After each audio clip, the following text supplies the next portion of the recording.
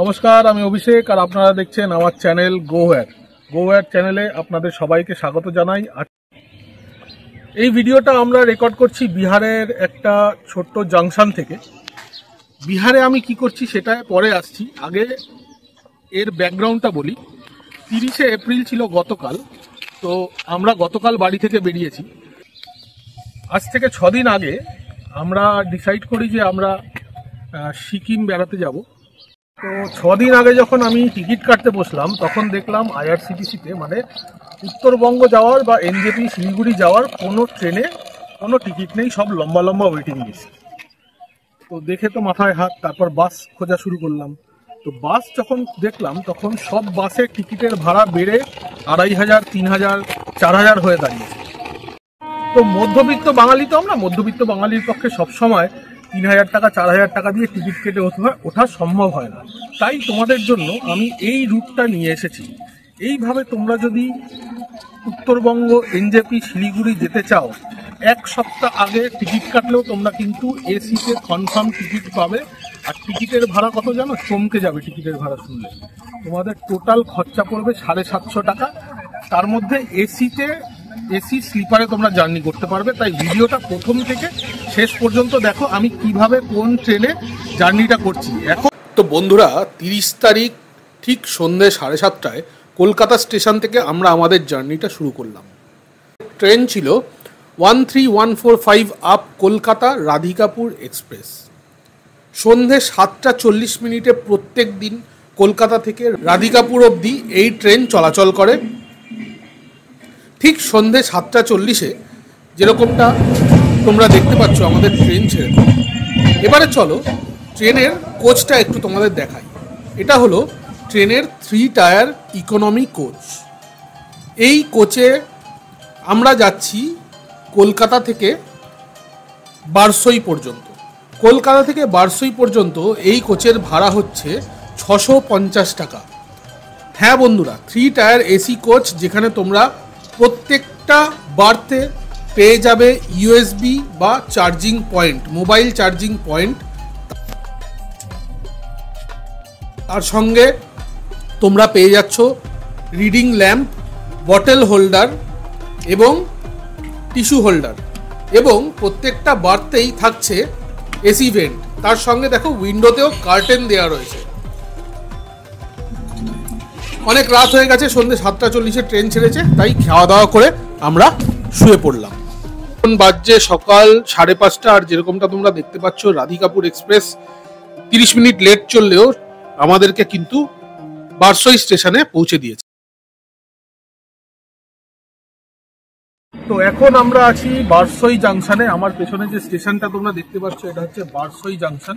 আমরা সকাল 5টায় রাধিকাপুর এক্সপ্রেস থেকে এখানে নেমেছি। তোমাদেরকে তো সেই ভিডিও দেখালাম। সকাল 5টায় আমরা নেমেছি।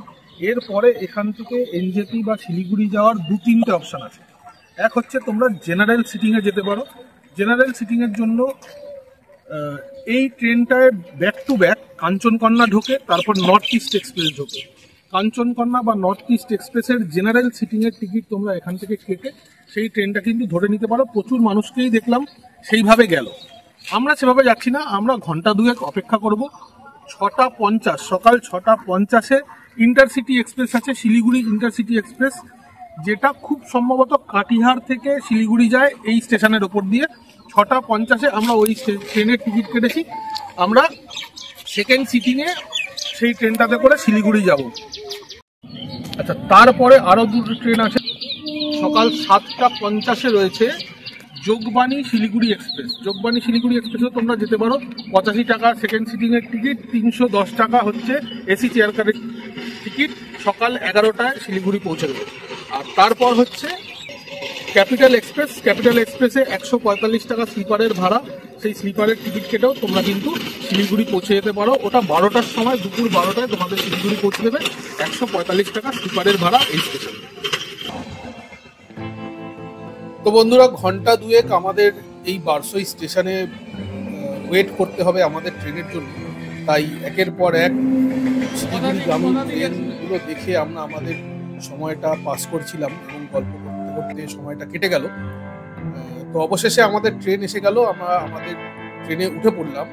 যদিও শিলিগুড়ি মানে কাটিহার শিলিগুড়ি ইন্টারসিটি এক্সপ্রেসটা আমরা ধরিনি, তার কারণ সেই ট্রেনটি লেট ছিল, তাই আমরা যোগবাণী শিলিগুড়ি এক্সপ্রেসটা ধরে নিলাম।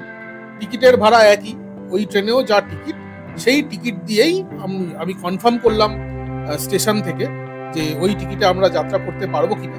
তো ওনারা বললেন হ্যাঁ, ওই একই টিকিটে আপনারা এই ট্রেনেও যাত্রা করতে পারবেন শিলিগুড়ি অবধি। যেহেতু আমাদের শিলিগুড়ি পর্যন্ত টিকিট কাটা ছিল, তাই এই ট্রেনেও আমরা শিলিগুড়ি যাত্রা করতে পারবো। তো অসাধারণ সুন্দর রাস্তা, মানে ট্রেন রুট, তার মধ্যে দিয়ে আমাদের ট্রেন ছুটে চলেছে, যেরকমটা তোমরা দেখতে পাচ্ছ। দুদিকে পাহাড় এবং কিছুটা যাওয়ার পর পাহাড়ের দুদিকে পাহাড়, তারপর সুবিস্তৃত এই চা বাগান এবং পাহাড় দেখতে দেখতে অবশেষে আমরা আমাদের গন্তব্য শিলিগুড়ি স্টেশনে পৌঁছে গেলাম। তো শিলিগুড়ি স্টেশনে আমরা পৌঁছলাম তখন বেলা 11টা বাজছে।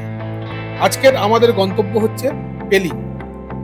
আগামী পর্বে এই শিলিগুড়ি থেকে এই গাড়িতে করে পেলিং যাওয়ার সম্পূর্ণ তথ্য থাকবে। তো আশা করি তোমাদের এই ভিডিওটা ভালো লেগেছে। যদি ভিডিওটা ভালো লেগে থাকে ভিডিওটা লাইক করো, বন্ধু বান্ধবের সঙ্গে শেয়ার করো এবং অবশ্যই কমেন্ট করে জানিও যদি তোমাদের কোনো জিজ্ঞাসা বা বক্তব্য থাকে। আজকের ভিডিও এই পর্যন্তই। সবাই খুব ভালো থেকো, সুস্থ থেকো। Till then, bye bye, see you.